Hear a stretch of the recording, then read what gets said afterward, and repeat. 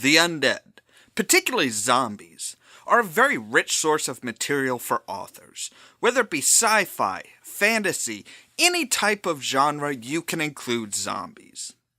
But there are a lot of inconsistencies with zombies. A lot of things that people say make no sense that actually are easily explained, and some things that are generally accepted by all authors but actually make no sense at all. So today we're going to take a look at zombies, some of the inconsistencies, and see if we can't make sense of everything. I'm Ollamh, and welcome to Geek Trivia.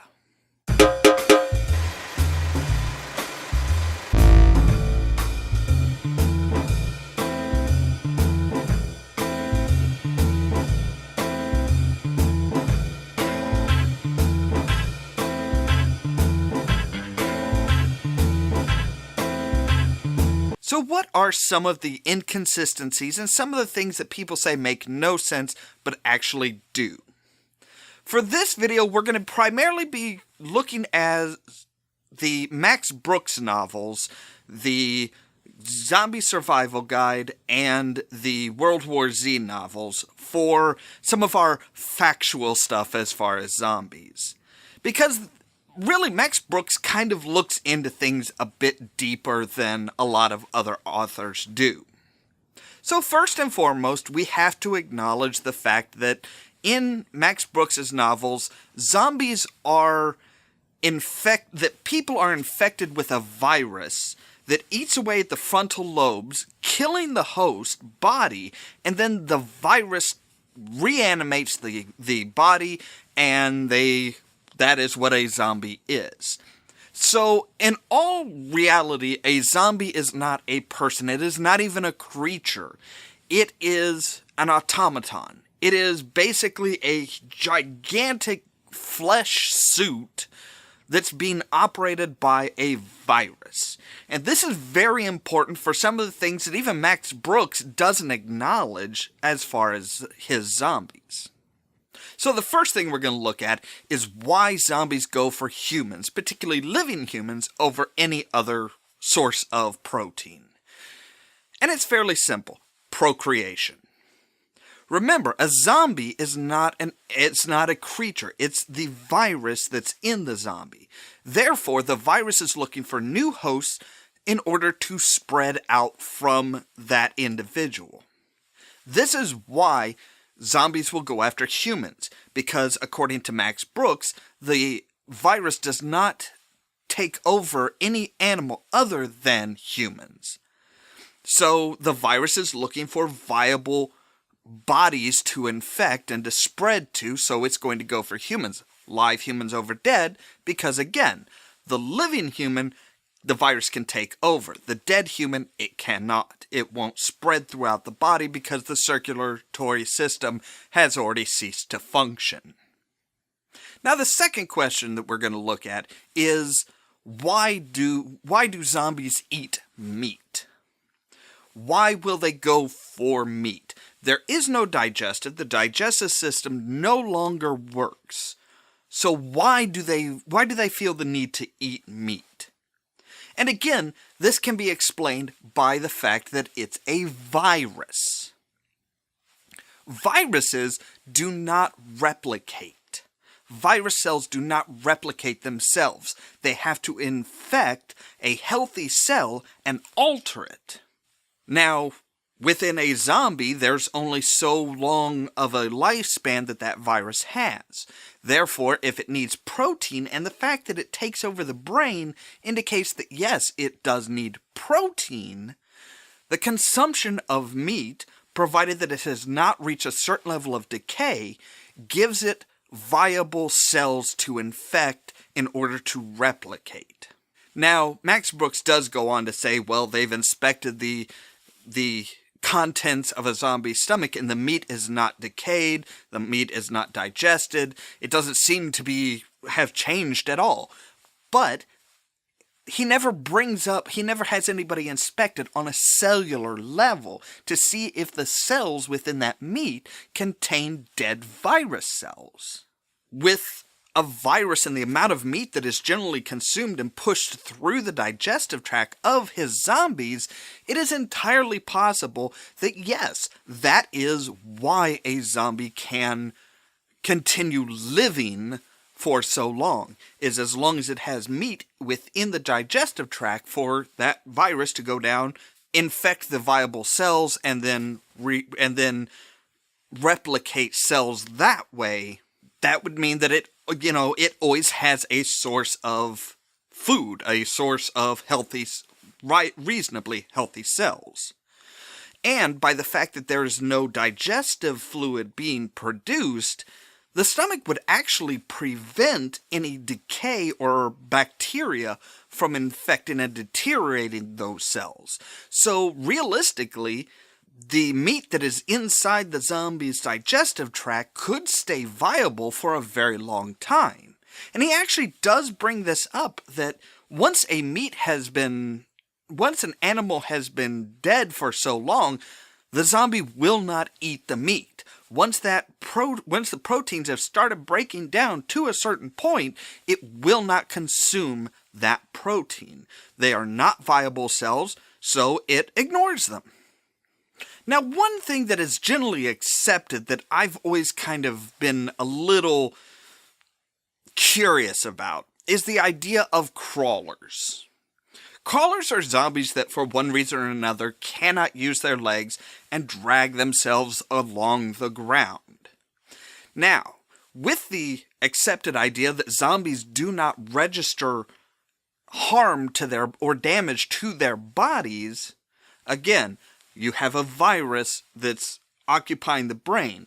It can't feel something on the legs and may not even be able to acknowledge that a leg is missing. So, either A, you're going to have a lot of crawlers and most of your zombies are going to be crawlers, or there are going to be no crawlers whatsoever. And here's my reasoning behind it. Does the virus acknowledge the fact that that bipedal locomotion is the standard? This is how you move around.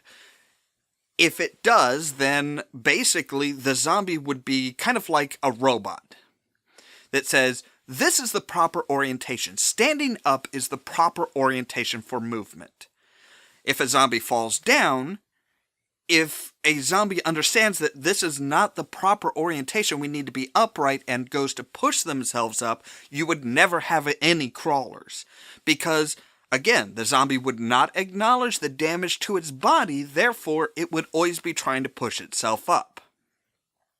Think of it kind of like a program for a robot. Status check, are you upright? If the answer is no, push yourself up. So the idea is, okay, if you're down, push yourself up, boom. If there's no legs or no support, or if you're missing one leg, or if not both legs, or the legs do not work, you're going to fall back over. So it's going to say, push yourself up. Status report, are we upright now? No. Well, you didn't do your job then. Push yourself up. Status check, are you upright? No. So basically, the zombie would be sitting there in the same spot until it decays enough to the point where it's no longer able to function, or somebody comes along to kill it, that it's always trying to push itself up onto legs that it can't realize aren't there anymore. Either that, or if the zombies would accept the fact that they're no longer upright, therefore crawling along the ground and always moving towards the target is the answer, then you would have tons of crawlers and you would have almost no walkers. Because the zombie wouldn't say, wait a second, I'm not upright, but I should be. It wouldn't say that it should be, therefore it'd be like, okay, boom, I'm down on the ground. There's my target, crawl towards the target. Therefore, any zombie that tripped, was knocked over, or anything like that would automatically become a crawler. You can't say that they don't acknowledge damage to their body, but if their body is damaged enough, they will change their style of locomotion due to that damage. It just doesn't make any sense. Now, Max Brooks does bring up the point of light, particularly at night. In the zombie survival guide, it says black out your windows because zombies will be attracted to light. They notice differences. They notice things that are different. Therefore, if everything is dark and there's this bright light a mile away, it's going to move towards that light. Now, one thing he doesn't bring up is the idea of essentially land lighthouses. Basically, you set up a light around a pit or a killing field, if you will. Something that will stop and harm the zombies' bodies. Whether you surround it with spikes so that they impale themselves on the spikes and can't move, or you dig a huge pit where they fall into the pit and they can't get back out. This would be a very reasonable defense mechanism. Set up your field, set up your pit, set up your spikes, set up whatever it is that would kill the zombies, and then set a light on top, turn the light on, and get out of there before nightfall. And then just wait for the zombies to come by and move towards that light. If it's near enough that they are attracted to the light and yet far enough away that they can't smell you or whatever other method of detection they use, this would keep them away from you. This would actually, any zombies that are in the area would move towards that light and leave you alone. Now, again, Max Brooks does go into a lot of things as far as PPE, or personal protective equipment. He talks about various different forms of materials and armor that you can use to protect yourself. And he does a fairly good job, but he overlooks some things. For example, hard plastics. Something that a zombie is not going to bite through, but also they're not going to be able to put their jaws and mouths around and actually press down. He talks about chainmail, and well, yes, they won't necessarily be able to puncture through with their teeth, but they could still crush your bones with the strength of their jaw.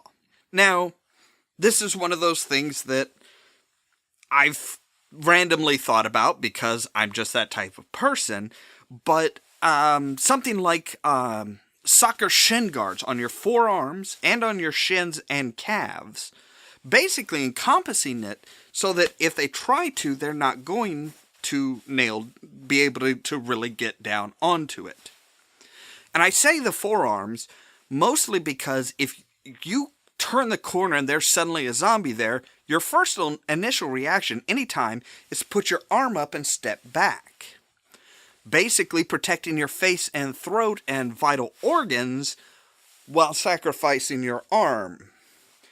With a zombie, that could be very, very dangerous. But there are some things that he actually suggests not using that are very, very important. He suggests nothing on your face or head. Because, well, a zombie's not going, if a zombie's close enough to get their mouth around your face or around your head, you're screwed to begin with because you've got plenty of other places for it to bite. But here's why you do want something on your face and head. And that is the fact that you have there are mucous membranes in your ears, mouth, nose, and eyes. And any bloodborne pathogen can be transferred through these mucous membranes. So, if you wind up getting in a dangerous situation and you fire a gun point blank at a zombie's face and their brains and what passes for blood splashes your face, anything that gets in your eyes, anything that gets in your nose, anything that gets in your ears, anything that gets in your mouth can contaminate you. So you want all of these areas covered.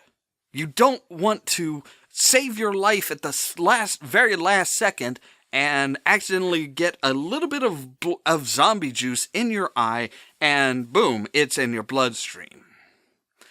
That would be a really, really sucky way to go.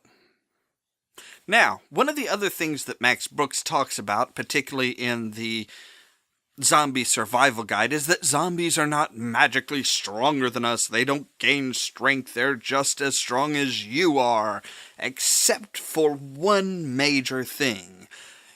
You have restrictors in your body to prevent you from using your full strength and using your muscles to the point where they have a greater likelihood of tearing. It's called nerves. It's called pain. It prevents you from damaging your body, and this is something that a zombie would not have. Therefore, a zombie doesn't necessarily have more strength than you, but it is able to utilize its full strength, whereas a normal human being would not be able to. So that's all we have for today as far as zombies. What we would like to know from you is, what do you think about some of the, because zombies are viruses, their behavior is understood. What are some of the inconsistencies that you see as far as some of the, from one zombie universe to another, or even within the same zombie universe, within the same books? What do you see as some of the problems with the idea of zombies? We would love to know. So leave a comment down below, send us a tweet or a post on our Facebook page, and let us know what you think. As always, thank you guys very much for watching, and stay tuned for more from Ollamh Productions. If you wanna see Cheerio! We're going down into Oh Hello. This is kind of a cool spot. And I hear whispering. Looks like Monkey Island.